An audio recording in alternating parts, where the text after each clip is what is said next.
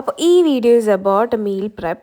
ഞാൻ ഇത് ഇവിടെ വന്നതിന് ശേഷം തുടങ്ങിയൊരു ശീലമാണ്. വളരെ നല്ലൊരു ശീലമായിട്ട് എനിക്ക് തോന്നുകയും ചെയ്തു. കാരണം ക്ലാസ്സും വർക്കും ഒക്കെ കഴിഞ്ഞ് വന്നിട്ട് എല്ലാ ദിവസവും കിച്ചണിൽ കയറിയിട്ട് ഓരോന്ന് ഉണ്ടാക്കാന്ന് പറഞ്ഞാൽ അത് അത്ര എളുപ്പമുള്ള കാര്യമല്ല. അപ്പോൾ ഒരു 3-4 ദിവസത്തേക്കുള്ള ഫുഡ് നമ്മളും നേരത്തെ പ്രിപ്പയർ ചെയ്ത് വെക്കുമ്പോൾ അത് നമുക്ക് നല്ല ഹെൽപ്ഫുള്ളാവും. വിശന്ന് ടയർഡായിട്ട് വരുമ്പോൾ അറ്റ്ലീസ്റ്റ് കഴിക്കാനെങ്കിലും നമുക്ക് എന്തെങ്കിലും ഉണ്ടാവും. അപ്പോൾ അതിന് വേണ്ടിയിട്ട് ഞാൻ ഫസ്റ്റായിട്ട് ഉണ്ടാക്കുന്നത് ഓട്സ് ഉപ്മാവാണ്. ഞാൻ റോൾഡ് ഓട്സ് അല്ല എടുത്തിരിക്കുന്നത്, നോർമൽ ഓട്സ് ആണ്. അപ്പോൾ അതിനകത്തേക്ക് സിമ്പിളായിട്ടുള്ള നമ്മൾ എണ്ണ വയ്ക്കുന്നു, പിന്നെ കടുകിടുന്നു, ഇഞ്ചി ഇടുന്നു, സവാള ഇടുന്നു, ഇളക്കുന്നു, ഉപ്പിടുന്നു, മഞ്ഞൾപ്പൊടി, അങ്ങനത്തെ സിമ്പിൾ സംഭവങ്ങളൊക്കെ. പക്ഷെ അതിന് മുന്നേ നമ്മൾ ഈ ഓട്സ് ഒന്ന് ജസ്റ്റ് ഒന്ന് റോസ്റ്റ് ചെയ്യണേ. ഞാൻ എന്തായാലും ഇൻഗ്രീഡിയൻസ് ഇവിടെ സൈഡിൽ കൊടുത്തേക്കാം. അത് കഴിഞ്ഞിട്ട് ഫ്രോസൺ വെജിറ്റബിൾസ് ഇട്ടിട്ട് പിന്നെയും കുറച്ച് ഉപ്പിടുക. എന്നിട്ട് ആവശ്യത്തിനുള്ള വെള്ളം ഒഴിച്ചാൽ മതി. കുറേ വെള്ളം ഒഴിക്കുമ്പോഴാണ് ഇങ്ങനെ കുഴഞ്ഞ പോലെ ഇരിക്കുന്നത്. വെള്ളത്തിൻ്റെ എക്സാക്ട് അളവൊന്നും എനിക്കറിയില്ല. ഞാൻ ഉണ്ടാക്കുമ്പോൾ അങ്ങനെ ഒഴിച്ച് എനിക്കൊരു കണക്കറിയാം. അങ്ങനെ ഒരു ഇതിൽ ഞാൻ ഒഴിക്കണത് വെള്ളം. എന്നിട്ട് ഇതെല്ലാം കുറച്ചൊന്ന് തിളച്ച് വരുമ്പോൾ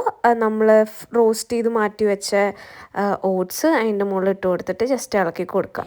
അപ്പോൾ നമുക്ക് നല്ല പെർഫെക്റ്റ്ലി കുക്ക്ഡ് ആയിട്ടുള്ള നല്ല അടിപൊളി ഹെൽത്തി ഓട്സ് ഉപ്മാവ് ഇവിടെ റെഡിയായി.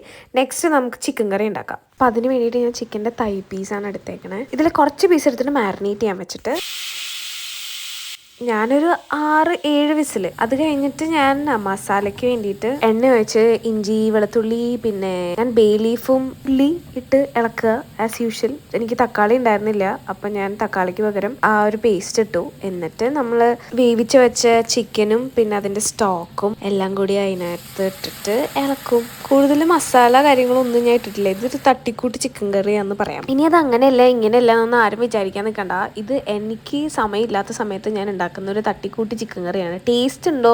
ഉണ്ട്, അത് മതി. കാണുമ്പോൾ തന്നെ മനസ്സിലാവില്ലേ ചിക്കനൊക്കെ നല്ലപോലെ വെന്തിട്ടുണ്ട്. മറ്റേതാണെങ്കിൽ കുറേ സമയം എടുക്കും ഇത് ചിക്കൻ വേവാനായിട്ട്. അതുകൊണ്ടാണ് ഞാൻ കുക്കറിലിട്ടിട്ട് പെട്ടെന്നാവാൻ വേണ്ടിയിട്ട് കുക്കറിലിട്ട് വിസിലടിച്ച് കഴിഞ്ഞാൽ പിന്നെ അത് പെട്ടെന്ന് ആയിക്കോളൂല്ലോ. അതൊക്കെ കഴിഞ്ഞ് ഫ്രഷ് ആയിട്ട് പിന്നെ കോളേജിൽ അസൈൻമെന്റ്സും കാര്യങ്ങളൊക്കെ ഉണ്ടാവും. അതൊക്കെ ചെയ്ത് കഴിഞ്ഞിട്ട് കുറച്ച് നേരം റീൽസ് ഒക്കെ സ്ക്രോൾ ചെയ്ത് അങ്ങനെ ആ ദിവസവും കഴിയും. അപ്പം ഇനി അടുത്ത ദിവസത്തെ വിശേഷങ്ങളായിട്ട് നമുക്ക് പിന്നെ ഒരു വീഡിയോയിൽ കാണാം. Bye guys.